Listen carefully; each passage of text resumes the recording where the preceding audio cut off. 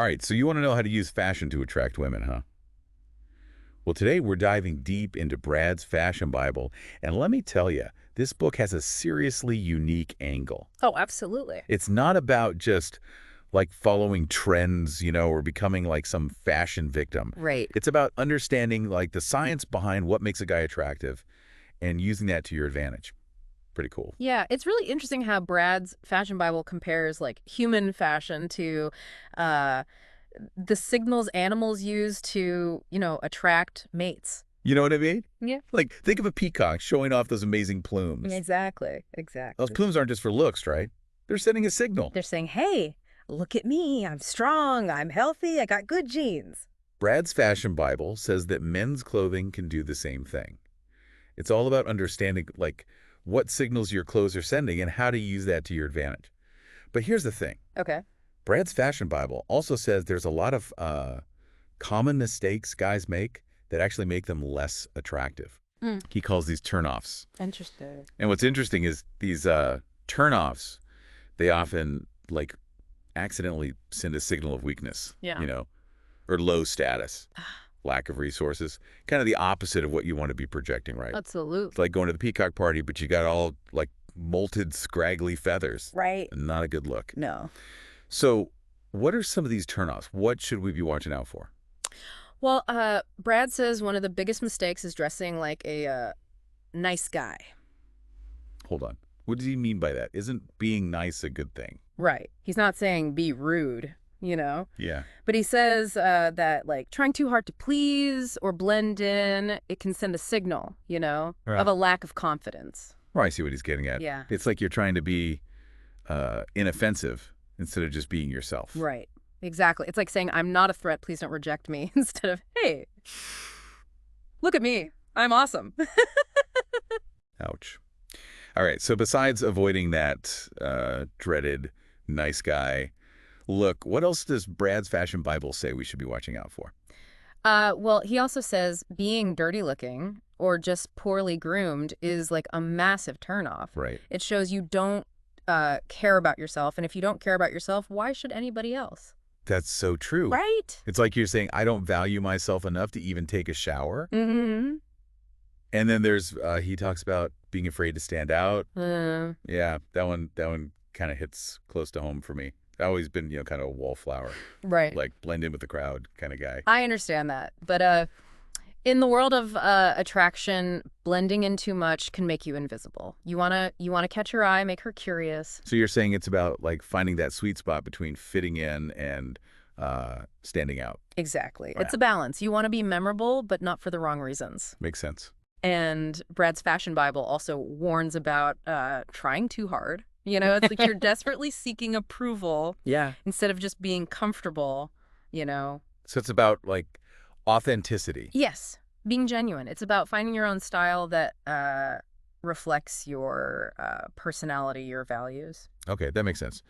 But Brad also has this whole section on the turn-ons, Yeah, the fashion choices that make men more attractive. right. So we talked about, turn-offs. What are these turn-ons? Spill the secrets. These are all about like sending signals, signals of confidence, high status, and understanding like the subtle social cues women pick up on. Okay, cool. Like what? Give me some examples of these turn-ons. Well, Brad's Fashion Bible highlights the importance of like alpha qualities. Ooh, alpha qualities, all right. Sounds intriguing. But what does that like actually look like in terms of, the clothes you wear? Well, it's about projecting, Sure. confidence, leadership, not necessarily through like aggressive clothing choices, but through well-fitting garments, having a sense of intentionality in your style. So it's not about being the loudest guy in the room. Yeah. But you're also not hiding in the corner. Exactly. Right. And another big turn-on is being immune to social pressure. Wait, isn't that kind of contradictory to what we were talking about earlier with, standing out? Well, it's about finding that balance again. It's Yeah. not about being outrageous just for the sake of it. It's about having the confidence to make choices that reflect your personality, even if they're not like, the most popular or conventional. So it's about having your own style and not being afraid to like express it. Precisely. And that ties into another turn on Brad mentions, being educated in cutting-edge fashion. So, like, it's cool before it's cool? Exactly. It suggests that you're like ahead of the curve, in tune with what's happening. It's a subtle signal that you're informed, engaged. Right. And Brad's Fashion Bible argues that that can be uh, incredibly attractive to women. Yes. I guess it shows, like, you're not just following the herd, you're paving your own way. Exactly. And that confidence can be very appealing. Brad's Fashion Bible even suggests that men who are educated in fashion have, like, tapped into a specialized form of knowledge. A secret code, almost. Yeah. It's like having access to insider information. Okay, that makes you stand out from the crowd. Exactly. Especially to women who are themselves, attuned to trends and social dynamics. It's like you've got this, hidden advantage in the game of attraction.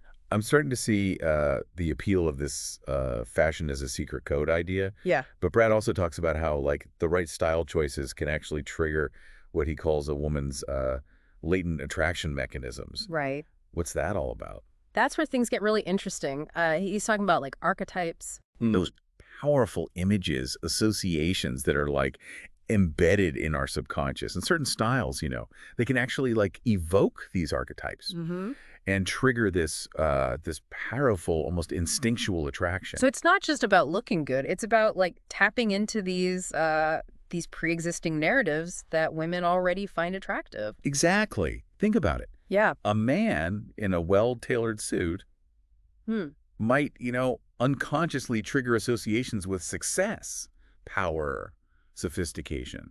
And a guy with a rugged leather jacket and a little bit of scruff, he might tap into that rebellious bad boy archetype. Yes. Which some women, find irresistible. Exactly.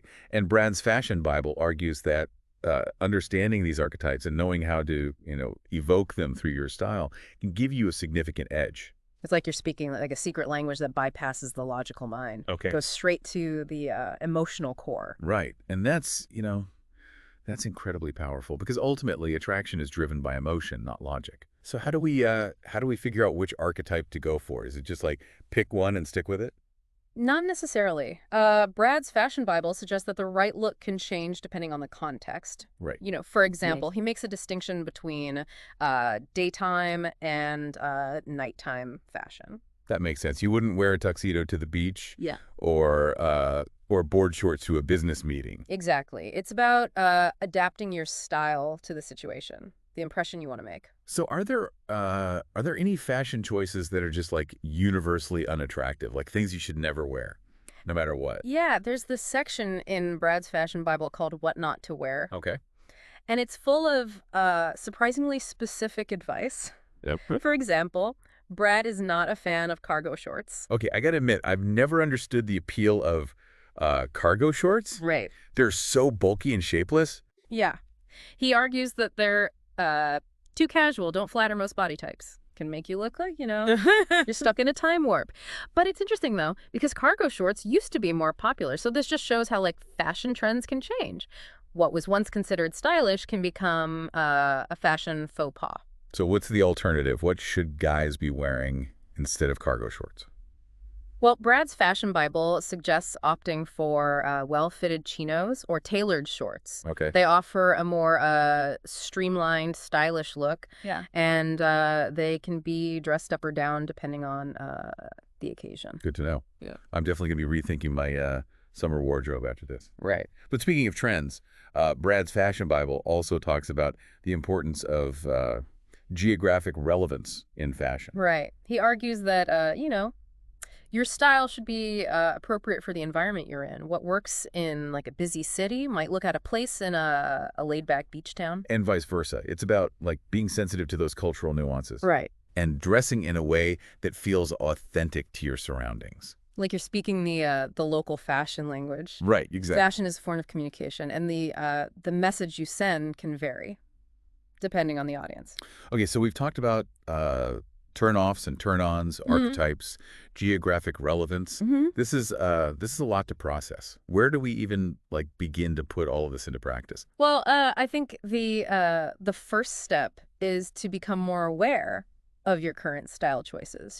Take a look at your wardrobe and ask yourself, what message am I sending with my clothes? Right, and be honest. Are you playing it safe Are you hiding behind clothes that don't really like reflect who you are? Exactly. Once you have a clear understanding of your current style, you can start to make changes. So where do those changes start? Do I need to like completely overhaul my wardrobe? Not necessarily. Start with small steps. Yeah. Manageable steps.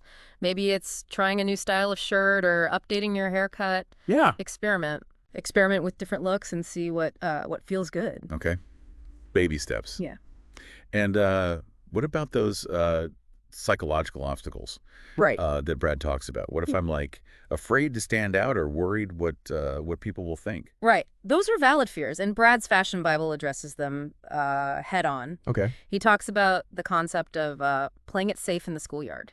That Mhm. fear of standing out that stems from childhood experiences of being teased, ridiculed. Oh man, that brings back memories. I used to get teased mercilessly for my fashion choices in middle school. I think that's why I've always like played it safe. Right. I hear you. But here's the thing. The rules of the game have changed since middle school. Yeah. In the adult world, standing out, especially in a stylish and confident way, can be a huge advantage. So it's about reclaiming that individuality Hmm. and using fashion as a tool to express it, not hide it. Exactly. And remember, it's a process. You don't have to go from 0 to 100 overnight. Start by incorporating small changes and gradually build your confidence. Get feedback from people you trust. And don't be afraid to experiment and have fun with it. Absolutely. Fashion can be a form of self-expression, a way to showcase your personality, creativity. It's not about becoming a fashion victim or spending a fortune on clothes. It's about understanding the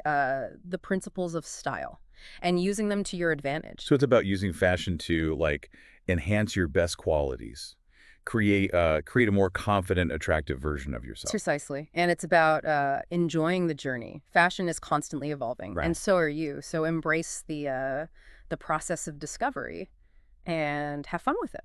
It sounds like Brad's fashion Bible is really like encouraging guys to not just, dress better, but to really use fashion as a tool to connect with women on a deeper level. Yeah, that's a great way to put it. He even talks about how your style can influence how women perceive your status and resources. Okay, so like how does that work? Is he saying you have to like wear expensive clothes to attract women? Not exactly.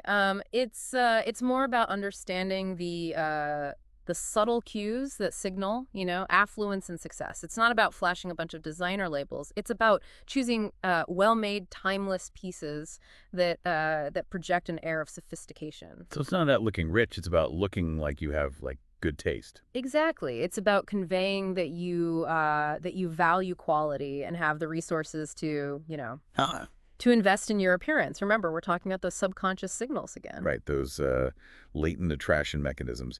So even if a woman isn't consciously thinking, wow, that guy must be successful because of his clothes, she might still be, Yeah. picking up on those subtle cues and feeling more attracted to him as a result. Yeah, that's the idea Brad's Fashion Bible is putting forward. It's fascinating how, you know, our clothing choices can communicate so much about us, even without us realizing it. Totally. But Brad also talks about how fashion can be like a powerful tool for personal growth, even beyond just attracting women. Right, that's a key point that sometimes gets overlooked. He argues that the process of developing your personal style can actually boost your confidence, help you define your identity, and even break free from those limiting beliefs that hold you back. It's like fashion can be a catalyst for becoming a more confident, well-rounded version of yourself. Exactly. It's not just about changing your clothes, it's about changing your mindset. And that can have a ripple effect, Yeah. throughout your entire life. So for the listener who's ready to take action, what's the first step? What's the one thing you would recommend they do after listening to this deep dive into Brad's Fashion Bible? I think the most important thing is to simply start paying attention, become more aware of how you're currently dressing and how it makes you feel. Then start experimenting. Try different styles. Step outside of your comfort zone and see what resonates with you. Don't be afraid to make mistakes along the way. It's all part of the process. Absolutely. And remember, fashion is supposed to be it's supposed to be fun. So don't take it too seriously. Enjoy the journey of discovering your unique style, and and expressing yourself authentically through your clothing choices. Well, I think we've uncovered some pretty insightful nuggets of wisdom from Brad's Fashion Bible today. It's definitely given me a lot to think about in terms of my own style journey. Me too. It's a reminder that fashion is more than just clothes. It's a powerful tool for communication, self-expression, and even personal growth. And hey, you never know. Maybe it can even help you attract that special someone. You never know. But even if that's not your primary goal, developing your personal style can have a profound impact on your confidence and how you interact with the world. So for you listening right now, I have one final thought-provoking question to leave you with. Think about those latent attraction mechanisms we talked about. What are some unique ways you can use fashion to tap into those subconscious desires and stand out from the crowd? What story do your clothes tell about who you are and what you value? Keep those questions in mind as you continue your fashion journey. We'll be back next time with another deep dive, exploring a whole new world of fascinating information. Until then, keep exploring.